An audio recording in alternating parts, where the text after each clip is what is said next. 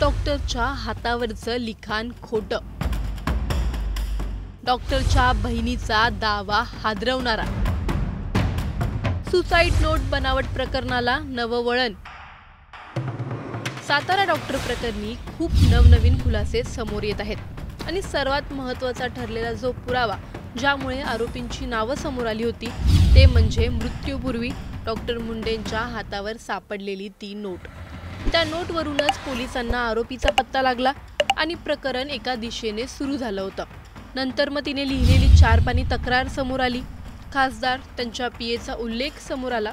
पण या प्रकरणाचा एक मजबूत आणि ठोस पुरावा होता ती म्हणजे ती नोट. आता मुंडेंच्या बहिणीने त्या नोटबद्दलच खळबळजनक दावा केला आहे. तो दावा काय आहे ते अक्षर संपदा मुंडेंचं नाही असं त्या का म्हणत आहेत हे जाणून घेऊयात. त्या नेमकं काय म्हटले आहेत ते पूर्वी पाहूयात. माध्यमांना प्रतिक्रिया देताना डॉक्टर संपदा मुंडेंच्या बहिणीचं असं म्हणणं आहे की तिचं अक्षर मी ओळखू शकते.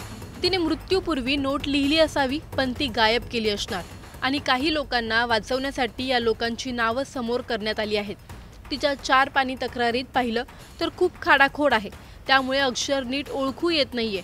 तिच्या आरोपींना फाशीची शिक्षा झाली पाहिजे. डॉक्टर मुंडेंच्या बहिणीने दिलेल्या प्रतिक्रियेनंतर आता सर्वत्र खळबळ माजली आहे.